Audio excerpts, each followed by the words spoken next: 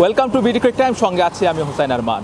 কানপুর থেকে সবাইকে স্বাগত জানাচ্ছি। সবাই অধীর আগ্রহে অপেক্ষা করছেন যে কখন বাংলাদেশ বনাম ভারতের টেস্ট ম্যাচটি শুরু হবে, কিন্তু বাংলাদেশের ক্রিকেটের ভক্তদের জন্য দুঃসংবাদই বটে, কারণ এখনও কানপুরের আকাশে মেঘ, সকাল থেকে কিন্তু বৃষ্টি হচ্ছে এবং দুপুর অবধি অর্থাৎ দুপুর 1টা পর্যন্ত বৃষ্টি হওয়ার প্রবল সম্ভাবনা রয়েছে এবং আকাশ মেঘলা রয়েছে, পর্যাপ্ত আলোও নেই কিন্তু। তো যদি খেলা শুরু হয় সেটা আসলে দুপুরে পরে হয়তো সর্বোচ্চ একটা সেশন খেলা হতে পারে। যদি আমরা কানপুরের যে স্টেডিয়াম, গ্রিন পার্ক স্টেডিয়ামটি দেখেছি, সেখানে আসলে ড্রেনেজ ব্যবস্থা খুব বেশি উন্নত নয়, পানি এখনও অনেক পানি সেখানে দেখা যাচ্ছে। যে কিছুক্ষণ পর্যন্ত প্রায় ঘণ্টাখানেকের মতো বৃষ্টি হচ্ছে না, এই সুযোগে মাঠ কর্মীরা মাঠে নেমেছে এবং মাঠ নিষ্কাশনের, পানি নিষ্কাশনের যে কাজ সেটা তারা চালিয়ে যাচ্ছেন। তবে ক্রিকেটাররা সকাল সকালে এসেছিলেন, নির্ধারিত সময়ের মধ্যে মাঠে এসেছেন, আবার তারা কিন্তু হোটেলে ফিরে গেছেন, যেহেতু এখানে আসলে প্র্যাকটিস করার সুবিধা নাই বা আসলে ড্রেসিং রুমে সেভাবে আসলে সময় কাটানোর সুবিধা নেই। সেজন্য আসলে তারা, যেহেতু হোটেলটাও কাছে, সেটা হোটেলে ফিরে গেছে, টিম হোটেলে।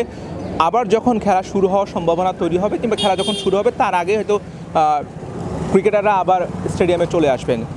তবে একটা কথা বলে রাখি যে টেস্ট শুরুর আগে কিন্তু এখানে আমরা যখন এসে কিন্তু দেখেছিলাম যে আবহাওয়া খুবই চমৎকার ছিল, একদম প্রচণ্ড পরিমাণে গরম ছিল। কিন্তু যখন কালকে টেস্ট শুরু হয়েছিল, প্রথম সেশনের পরে বৃষ্টি এসেছিল, এরপরে দ্বিতীয় সেশন যখন শুরু হয়েছে, দ্বিতীয় সেশনের মাঝামাঝি কিন্তু আলোক স্বল্পতা তৈরি হয়, আলোক স্বল্পতার কারণে খেলা বন্ধ হয়ে যায়, এরপরে কিন্তু আবার বৃষ্টি নেমে আসে। অর্থাৎ 35 ওভার খেলা হয়েছে, বাংলাদেশ 3 উইকেটের বিনিময়ে 107 রান সংগ্রহ করেছে। আজকে যদি খেলার সুযোগ থাকে তাহলে সেখান থেকে বাংলাদেশ শুরু করবে। যদি প্রথম দিনটা খুব একটা খারাপ করেনি বাংলাদেশ দল, আজকের দিনটা আসলে কি হয়, খেলা মাঠে গড়ায় কিনা, আসলে গড়ালে বাংলাদেশ কেমন করে সেটা আসলে দেখার জন্য সবাই অধীর আগ্রহে অপেক্ষা করছে। বৃষ্টি সকাল থেকেই হচ্ছে, কিন্তু তারপরেও দর্শকরা কিন্তু মাঠে এসেছেন, মাঠে খেলা দেখতে এসেছেন এবং দেখে বোঝার উপায় নেই যে শুধুমাত্র একটা টেস্ট ম্যাচ চলছে। আমার মনে হয়েছিল যে গতকালকে আমি যে পরিস্থিতি দেখেছিলাম, বাংলাদেশে ওয়ানডে এবং টি20তে যেই পরিমাণে দর্শক হয়ে থাকে, ভারতের এই কানপুরের টেস্টে আমরা সেই পরিমাণ দর্শক দেখেছিলাম এখানে এসেছে খেলা দেখতে। এবং স্কুল কলেজের শিক্ষার্থীরা আসলে তারা ক্লাস না করে খেলা দেখতে এসেছিল এবং শিক্ষকরাই তাদেরকে নিয়ে এসেছিল খেলা দেখার জন্য। যেহেতু এখানে একটি গ্যালারি আছে স্টুডেন্টদের জন্য ফ্রি টিকিট, সেই গ্যালারিতে বসে স্টুডেন্টরা খেলা দেখার সুযোগ রয়েছে। দারুণ একটা ব্যবস্থা করেছে বিসিসিআই বা উত্তরপ্রদেশ ক্রিকেট অ্যাসোসিয়েশন, এটার জন্য আসলে তাদেরকে ধন্যবাদ জানাতে হয়। একই কাজটা বাংলাদেশ ক্রিকেটও করতে পারে, যে স্টুডেন্টদের জন্য একটা গ্যালারি বরাদ্দ রাখা, তাদেরকে ফ্রিতে খেলা দেখার ব্যবস্থা করে দেওয়া।